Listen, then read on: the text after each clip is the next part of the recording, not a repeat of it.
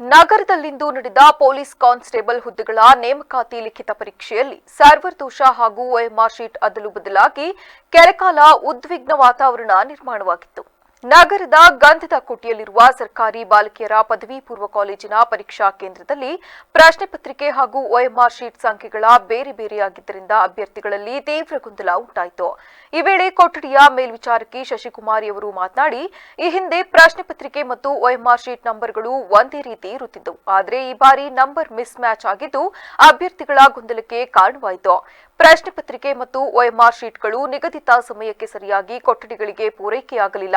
10:20ಕ್ಕೆ ನೀಡಬೇಕಿದ್ದ OMR sheet ತಡವಾಗಿ ದೊರೆತಿದ್ದು, ಇದರಿಂದಾಗಿ ಆರಂಭದಲ್ಲಿ ಗೊಂದಲದ ವಾತಾವರಣ ನಿರ್ಮಾಣವಾಗಿತ್ತು. ನಂತರ ಜಿಲ್ಲಾಧಿಕಾರಿಯವರು ಭೇಟಿ ನೀಡಿ ಸಮಸ್ಯೆಯನ್ನು ಬಗೆಹರಿಸಿ ವಿದ್ಯಾರ್ಥಿಗಳಿಗೆ ಪರೀಕ್ಷೆ ಬರೆಯಲು ಇನ್ನೂ ಹೆಚ್ಚುವರಿ 1 ಗಂಟೆ ಸಮಯ ನೀಡಿ ಸಮಸ್ಯೆಯನ್ನು ಬಗೆಹರಿಸಿದ್ದಾರೆಂದು ತಿಳಿಸಿದ್ದಾರೆ. ಈ ವೇಳೆ ಪರೀಕ್ಷಾ ಅಭ್ಯರ್ಥಿ ಮಾತನಾಡಿ, ನಮಗೆ OMR ಶೀಟ್ ಅನ್ನು ತಡವಾಗಿ ನೀಡಲಾಯಿತು. ಇದರಿಂದ ಸುಮಾರು 1 ಗಂಟೆ ಕಾಲ ವ್ಯರ್ಥವಾಯಿತು. ಡಿಪಾರ್ಟ್ಮೆಂಟ್ನಲ್ಲಿ ಪ್ರಶ್ನೆ ಪತ್ರಿಕೆ ವಿತರಣೆ ತಡವಾಗಿದ್ದರಿಂದ ಮತ್ತು ಸ್ಕ್ವಾಡ್ಗೆ ಸರಿಯಾದ ಸೂಚನೆ ನೀಡದ ಕಾರಣ ಈ ಸಮಸ್ಯೆಯೂ ಉಂಟಾಗಿದೆ. ಪರೀಕ್ಷೆಯ ಸಮಯದಲ್ಲಿ ಈ ರೀತಿಯ ತೊಂದರೆಯಿಂದ ನಮಗೆ ಬೇಕಾದ ಸಮಯ ಸಿಗುವುದಿಲ್ಲ. ತಾವು ಚೆನ್ನಾಗಿ ಓದಿ ಬಂದಿದ್ದರೂ ಈ ಟೆನ್ಷನ್ನಿಂದ ಎಲ್ಲವೂ ಮರೆತು ಹೋಗುವಂತಾಗುತ್ತದೆ. ಆಮೇಲೆ ಡಿಸಿ ಮೇಡಂ ಬಂದು ಸಮಯವನ್ನು ವಿಸ್ತರಿಸಿ ನಮಗೆ ಅನುಕೂಲ ಮಾಡಿಕೊಟ್ರು. ಮುಂದಿನ ದಿನಗಳಲ್ಲಿ ಈ ರೀತಿಯ ಸಮಸ್ಯೆಗಳು ಮರುಕಳಿಸದಂತೆ ಸರ್ಕಾರ ಮತ್ತು ಇಲಾಖೆಯು ಮುನ್ನೆಚ್ಚರಿಕೆ ವಹಿಸಬೇಕು.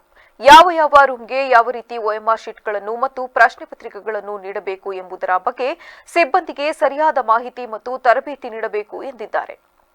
ಸರ್, ಗೊಂದಲ ಏನಿಲ್ಲ. ಅದು ಕ್ವಶನ್ ಪೇಪರ್ ಕೊಡುವಾಗ ಸ್ವಲ್ಪ ನಂಬರ್ ಕನ್ಫ್ಯೂಷನ್ ಆಯಿತು. ನಮ್ಗೆ ಅನ್ನಿಸ್ತು OMR ಶೀಟ್ ಮತ್ತು ನಮ್ಮ ಕ್ವಶನ್ ಪೇಪರ್ ಈ ಮುಂಚೆ ಎಲ್ಲ ಎಕ್ಸಾಮಲ್ಲೂ ಇದೇ ಥರ ಇದೆ. ಏನಂದರೆ ಇಲ್ಲಿ ನೋಡಿ, this is my question paper number and ಇದು OMR ಶೀಟ್ ನಂಬರ್. ಎರಡೂ ಕೂಡ ಮ್ಯಾಚ್ ಆಗಬೇಕು ಅನ್ನೋದು ಈ ಹಿಂದೆ ಎಲ್ಲ ಎಕ್ಸಾಮಲ್ಲೂ ರೂಲ್ಸ್ ಹಾಗೆ ಇತ್ತು. ಈ ಎಕ್ಸಾಮಲ್ಲಿ ಹೇಗಿತ್ತೋ ನಮಗೆ ಗೊತ್ತಿಲ್ಲ. ಸೊ ಏನಾಯಿತು, ಕೊಡುವಾಗ ಅದು ಮಿಸ್ ಮ್ಯಾಚ್ ಆಯಿತು. ಯಾರೋ ಒಬ್ಬ ಸ್ಟೂಡೆಂಟು ಹೇಳಿದ್ರು ಇಲ್ಲ ಮಿಸ್ ಮ್ಯಾಚ್ ಆಗ್ತಾಯಿದೆ ಅಂತ. ಸೊ ಅದರಿಂದ ಎಲ್ಲ ಕಡೆನೂ ಅದೇ ಥರ ಆಯಿತು, ಮಿಸ್ ಮ್ಯಾಚ್ ಆಗ್ತಾಯಿದೆ ಅಂತ. ಸೊ ಇದು ಒಂದು ಕಡೆ ಆಗಿದ್ರೆ ಪರವಾಗಿಲ್ಲ, 2 ರೂಮಲ್ಲೂ ಸೇಮ್ ಪ್ರಾಬ್ಲಮ್ ಆಯಿತು. ಮತ್ತು ಒಂದು ರೂಮಿಗೆ ನಾವೇನಿರ್ತೀವಲ್ಲ, ನಮಗೆ 24 ಬಂಡಲ್ಸ್ ಬರಬೇಕಿತ್ತು, 12 ಬಂಡಲ್ಸ್ ಅಷ್ಟೇ ಬಂದಿತ್ತು. ಹಾಗಾಗಿ ಅದೇ ಪ್ರಾಬ್ಲಮ್ ಆಯಿತು. ನಮ್ಗೆ ಯಾರು ಇನ್ವಿಜಿಲೇಟರ್ ಇದ್ರೋ ಅವರು ಕೊಡೋರು ಕನ್ಫ್ಯೂಸ್ ಆದರು. ಸೊ ನಾವು ಕೂಡ ಕನ್ಫ್ಯೂಸ್ ಆದ್ವಿ. ಆ ಪೀಕ್ ಅವರಲ್ಲಿ ನಾವು ಆಚೆ ಎದ್ದು ಬಂದ್ವಿ. ಮತ್ತು ಬೇರೆ ಕಡೆ ಎಕ್ಸಾಮ್ ಆಗೋದು ಬೇಡ, ಇದನ್ನು ಸ್ಟಾಪ್ ಮಾಡೋಣ ಅಂತ ಹೇಳಿದ್ವಿ.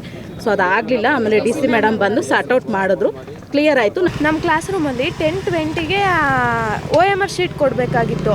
ಅವರು 10:20 ಆದರೂ OMR ಶೀಟ್ ಕೊಡ್ದಲ್ಲೇ ಹಂಗೆ 10:30 ಅದುವರೆಗೂ ಇಟ್ಕೊಂಡಿದ್ರು. ಅವ್ರು ಇಟ್ಕೊಂಡಿದ್ದಾರೆ, ನೋಡಿದ್ರು. ಆಮೇಲೆ ಕ್ವಶನ್ ಪೇಪರ್ OMR ಕೊಟ್ಟರು.